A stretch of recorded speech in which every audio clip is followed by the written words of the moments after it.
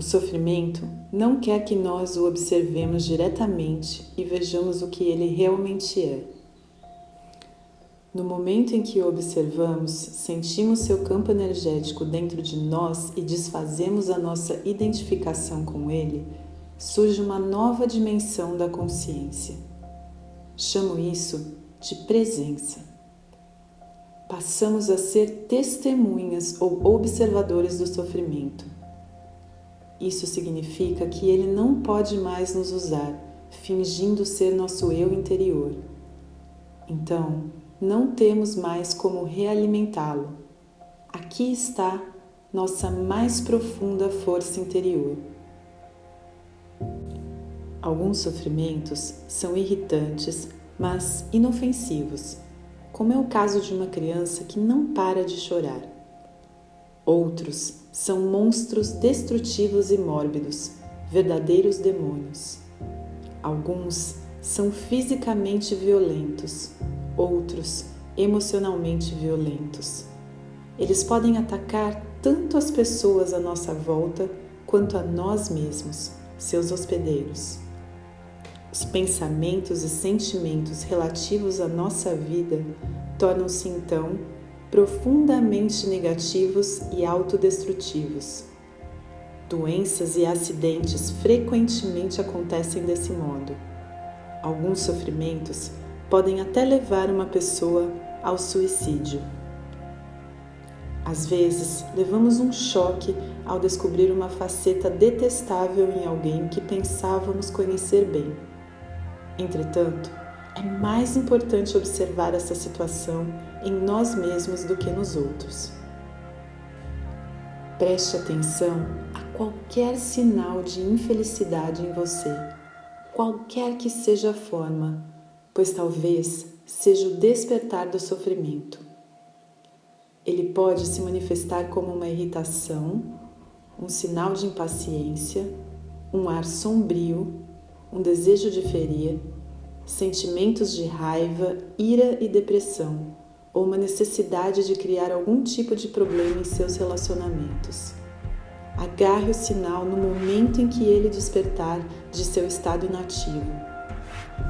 O sofrimento deseja sobreviver, mas para isso precisa conseguir que nos identifiquemos inconscientemente com ele. Então poderá nascer, nos dominar, tornar-se nós e viver através de nós. Ele retira seu alimento de nós, vale-se de qualquer experiência sintonizada com o seu próprio tipo de energia. Qualquer coisa que provoque um sofrimento adicional, sob qualquer forma: raiva, destruição, rancor, desgostos, problemas emocionais, violência e até mesmo doenças. Portanto, quando o sofrimento toma conta de nós, cria uma situação em nossas vidas que reflete a própria frequência de energia da qual ele se alimenta. Sofrimento só se alimenta de sofrimento. Não consegue se alimentar de alegria. Acha indigesta. Quando o sofrimento nos domina, faz com que desejemos ter mais sofrimento. Passamos a ser vítimas ou agressores. Queremos infligir sofrimento ou senti-lo, ou ambos. Na verdade, não há muita diferença entre os dois. É claro que não temos consciência disso e afirmamos que não queremos sofrer. Mas preste bem atenção e verá que o seu pensamento e o seu comportamento estão programados para continuar com o sofrimento, tanto para você quanto para os outros. Se você estivesse consciente disso, o padrão iria se desfazer, porque desejar mais sofrimento é uma insanidade e ninguém é insano conscientemente. O sofrimento, a sombra escura projetada pelo ego, tem medo da luz da nossa consciência, teme ser descoberto. Sobrevive graças à nossa identificação inconsciente com ele, assim como do medo inconsciente de enfrentarmos o sofrimento que vive dentro de nós. Mas se não o enfrentarmos, se não direcionarmos a luz da nossa consciência para o sofrimento, seremos forçados a revivê-lo. sofrimento pode parecer um monstro perigoso, mas eu garanto que se trata de um fantasma frágil. Ele não pode prevalecer sobre o poder da nossa presença. Quando passamos a observadores e começamos a deixar de nos identificar, o sofrimento ainda continua a agir por um tempo e vai tentar fazer com que voltemos a nos identificar com ele. Embora não esteja mais recebendo a energia originada da nossa identificação com ele, o sofrimento ainda tem sua força, como uma roda gigante que continua a girar mesmo quando deixa de receber um impulso. Nesse estágio, o sofrimento pode até ocasionar dores em diversas partes do corpo, mas elas não vão durar. Esteja presente.